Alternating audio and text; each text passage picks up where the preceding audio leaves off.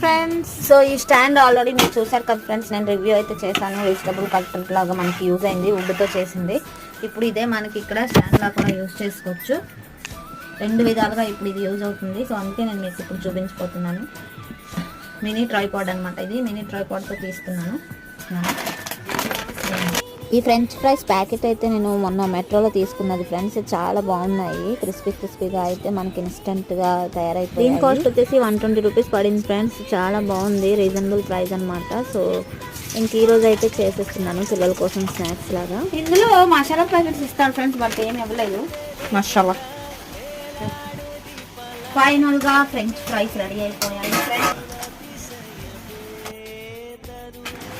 लिया खाया लिया चाहे हाँ खाता